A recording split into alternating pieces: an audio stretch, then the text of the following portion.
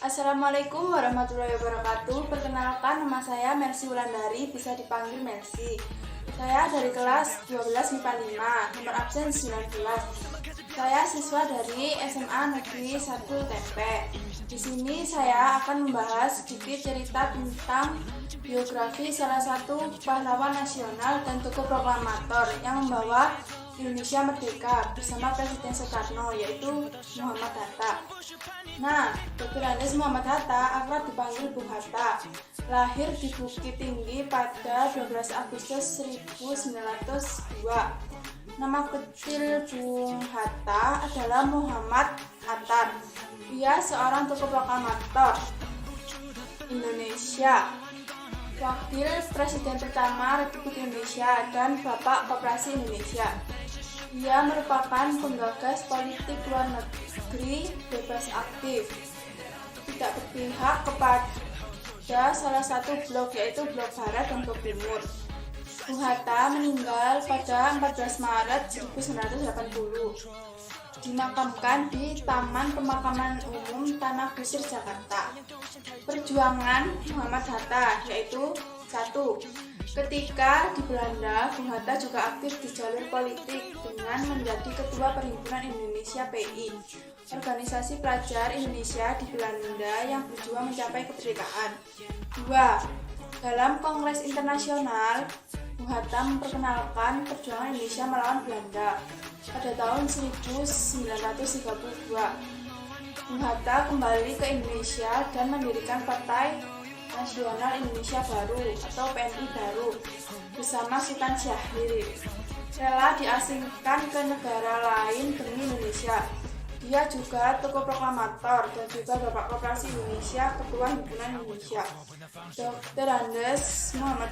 Yang keempat, Dr. Andes Muhammad Hatta sangat ahli dan pandai dalam perundingan melawan.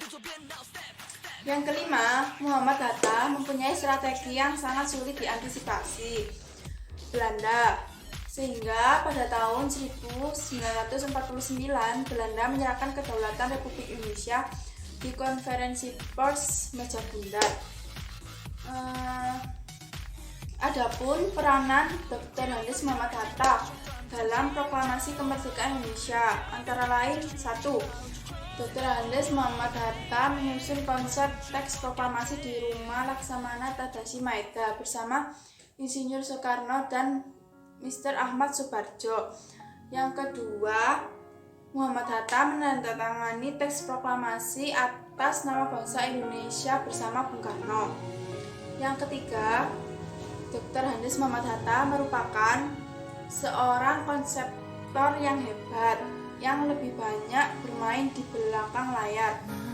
Yang keempat, sebelum Indonesia merdeka, Dr. Andes Muhammad Hatta tergabung dalam Jong Sumatranen